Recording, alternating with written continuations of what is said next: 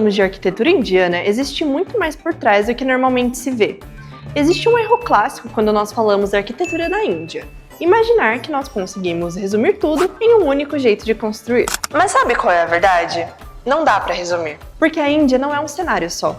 Ela é quase um teste climático em escala continental. A Índia não construiu uma arquitetura, ela construiu dezenas diferentes entre si, marcadas por impérios, crenças, materiais, climas extremos e visões de mundo completamente distintas. E aí, quando você acha que já entendeu tudo, aparece uma região onde a previsão não é se vai chover, mas quanto de água vai cair e o quão rápido a construção precisa expulsar essa água. Porque quando o clima muda, muda junto o tamanho da abertura, a espessura da parede, a inclinação do telhado, o material da estrutura e até a forma como a casa respira.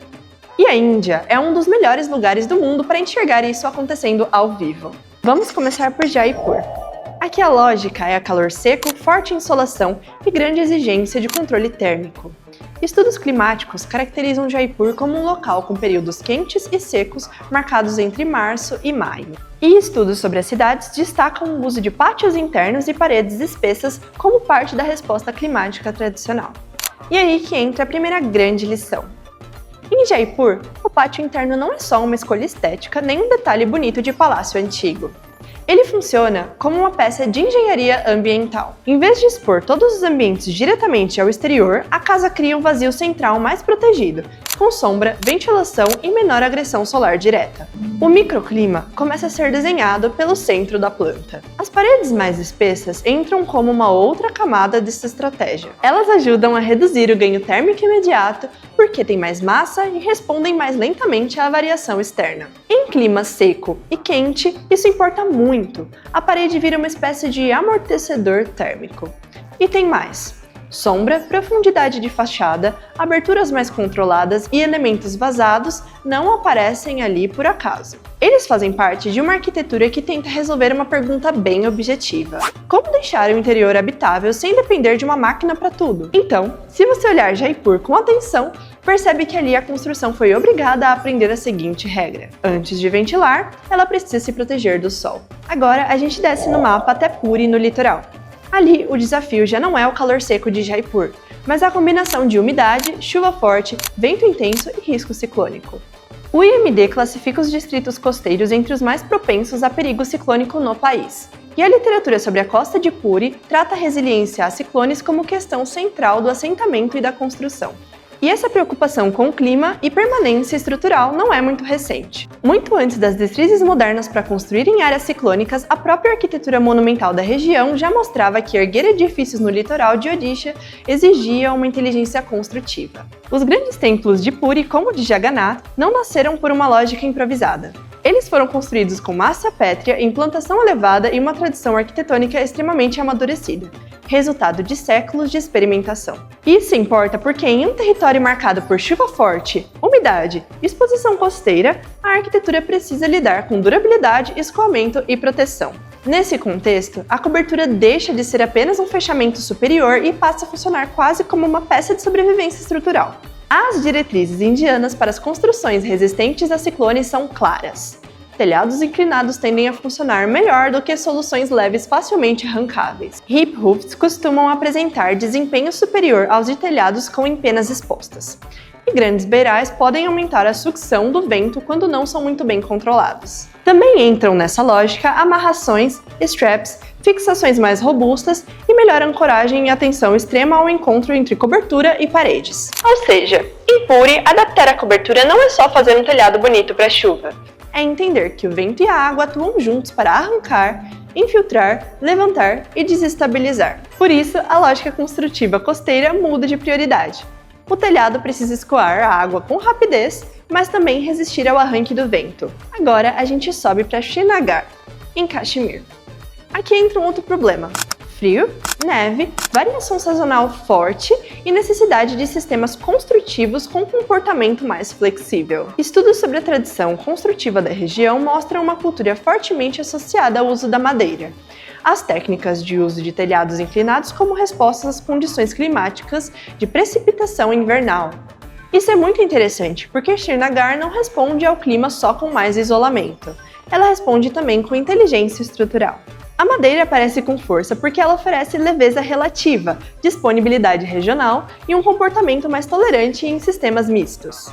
A estrutura de madeira com enchimento mais leve ajuda a dar flexibilidade ao conjunto, algo que historicamente também conversa com a sismicidade da região. Em lugares onde a neve entra na equação, a cobertura horizontal mal resolvida vira acúmulo de carga, retenção de umidade e risco. Então, o telhado inclinado não é apenas um capricho visual.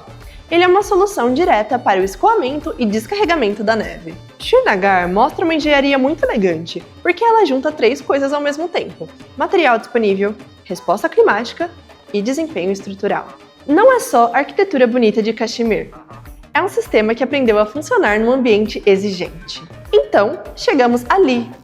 Se Jaipur pede defesa contra o calor, Lee pede quase o oposto: reter calor, reduzir perdas, aproveitar ao máximo o pouco que o ambiente oferece. O distrito é oficialmente descrito como um clima de deserto frio, com a precipitação muito baixa e literatura sobre as moradias vernaculares destacando-se justamente pela alta massa térmica, redução de aberturas e orientação cuidadosa das fachadas e janelas. Os estudos sobre a região mostram que essas casas trabalham com paredes de alta inércia, aberturas mais contidas e orientação pensada para captar melhor o sol e bloquear o vento frio. Em muitos casos, as janelas ficam preferencialmente ao sul e ao leste, enquanto lados mais agressivos ao frio ficam mais fechados. Isso muda completamente a lógica do projeto.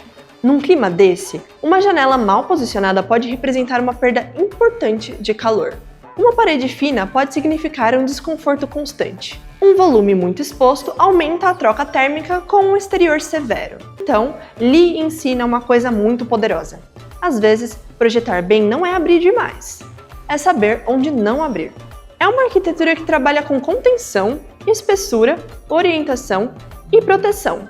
E agora vem um dos casos mais extremos: Sohra, também conhecida como Cherrapunji. A região é tratada por fontes oficiais e técnicas como uma das áreas com maior pluviosidade do planeta.